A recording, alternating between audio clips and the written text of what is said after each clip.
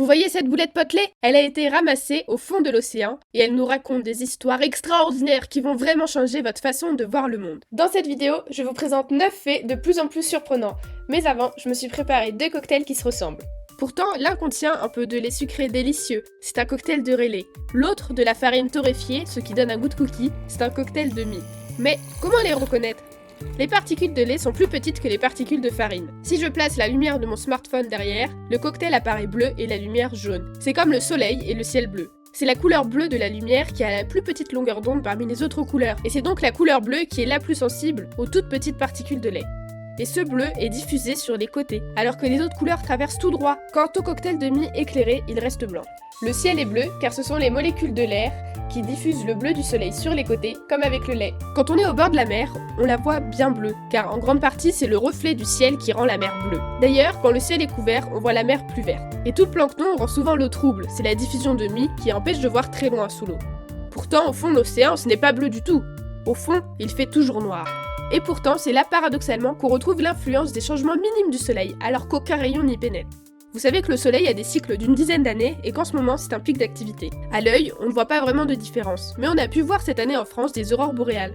Vous savez, dans la haute atmosphère, on a pu voir le ciel rose, comme ici à Paris l'année dernière. Sur cette photo, on voit l'église de Saint-Germain-des-Prés et l'académie est juste en dessous, là, sur la droite. Les rayons du soleil arrivent très vite, pleins d'énergie, et lorsqu'ils rencontrent un atome d'azote de l'air, il arrive qu'ils le cassent en petits morceaux. L'atome d'azote, qui a 7 protons normalement, en perd 3, ce qui forme du beryllium, constitué de 4 protons et 6 neutrons.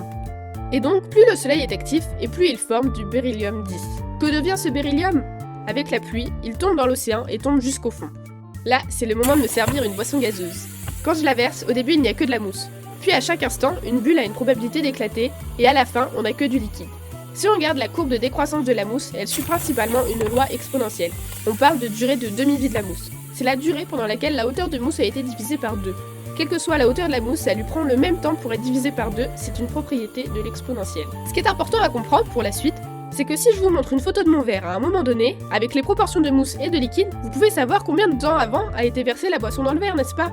Ainsi, on peut remonter le temps à partir d'un instantané. Eh bien, notre beryllium 10, il est comme la mousse, il n'est pas très stable. Il a tendance à perdre un neutron pour donner du beryllium 9, un peu plus léger que lui. La demi-vie de notre mousse était d'environ 1 seconde. Eh bien, la demi-vie du beryllium 10 est de 1 million d'années. Et maintenant, vous allez comprendre l'intérêt de la digression avec la boisson gazeuse. Ah, j'avais oublié ma cuillère de sucre. Vous avez déjà vu ces bâtonnets de sucre, non? On trempe un bâton dans un mélange d'eau et de sucre saturé. On attend plusieurs jours, il faut être très patient, je vous invite à essayer. Il faut mettre le récipient au calme, sans bouger, sans marcher à côté pour éviter les vibrations, pas même de musique trop forte. Vous allez comprendre ce que c'est la patience. Et les molécules de sucre vont alors se déposer très lentement les unes sur les autres pour former ces bâtonnets avec des gros cristaux de sucre. Et revoilà ma boulette. C'est comme le bâtonnet de sucre. Le beryllium et d'autres minéraux qui sont arrivés au fond de l'océan se sont agglomérés très lentement et ont formé ce caillou. Regardez, si je le coupe en deux, on voit des anneaux de croissance, un peu comme les cernes des arbres. C'est-à-dire que cette boulette qui contient beaucoup de métaux, qu'on appelle donc nodules polymétalliques, a grandi et a accrété le beryllium. Et là, vous voyez le lien avec la photo de la boisson gazeuse dont on était capable de donner l'âge. Et bien dans chaque couche, on peut mesurer les proportions de beryllium 10 et de beryllium 9 qui n'ont pas la même masse. Et ainsi, on connaît l'âge de chaque couche. Et on a donc mesuré que ce nodule a grandi pendant une dizaine de millions d'années au fond de l'océan. 10 millions d'années, on se rend pas bien compte, mais bon, pourquoi pas. Il y a des fossiles qui sont plus vieux. Il y a 10 millions d'années, il n'y avait pas d'humains, mais que des singes, et donc pendant que cette boulette grandissait, l'homme est apparu, il a construit les pyramides d'Égypte et tout.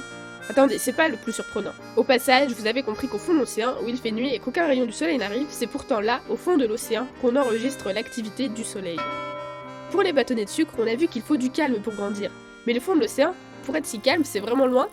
C'est à 5 km de profondeur.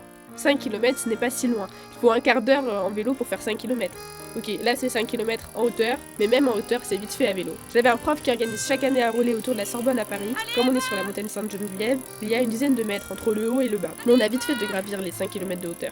À la surface de l'océan, il y a plein d'activités. Des tempêtes, des vagues, des dizaines de mètres, des bateaux géants, des cétacés, des requins. Mais à 5 km en dessous, c'est calme. Donc 5 km c'est pas loin, c'est vraiment un autre écosystème au calme. Le plus surprenant maintenant, c'est à quel point c'est calme et paisible à juste 5 km de profondeur. Regardez ce nodule. Vous voyez, il est un peu aplati de ce côté-là. C'est parce qu'il était posé comme cela sur le fond, et que les atomes ont plus de mal à s'y déposer en passant par en dessous. Mais ça signifie que pendant 10 millions d'années, notre boulette n'a même pas roulé. Rien n'est venu la déranger pendant 10 millions d'années. Pas une nageoire ne l'a fait rouler, rien. Rien ni personne ne l'a fait rouler pendant 10 millions d'années. Maintenant, je vais vous dire pourquoi c'est important pour les décisions politiques que vous devez prendre. Ces boulettes, si aussi intéressantes, c'est parce qu'en plus de contenir du beryllium, elles contiennent beaucoup de métaux, comme du cobalt, et ces métaux sont précieux pour fabriquer des batteries. Une batterie de voiture en a plusieurs kilos. Vous imaginez le nombre de boulettes qu'il faut ramasser pour faire une batterie? Mais l'océan est tapi de ces boulettes. Celle-ci vient du Pacifique. Par endroits, on a même tout un tapis de croûte. Pour un industriel, c'est comme si on a au fond de la mer des batteries qu'il n'y a qu'à ramasser. Et maintenant, carrément de la magie.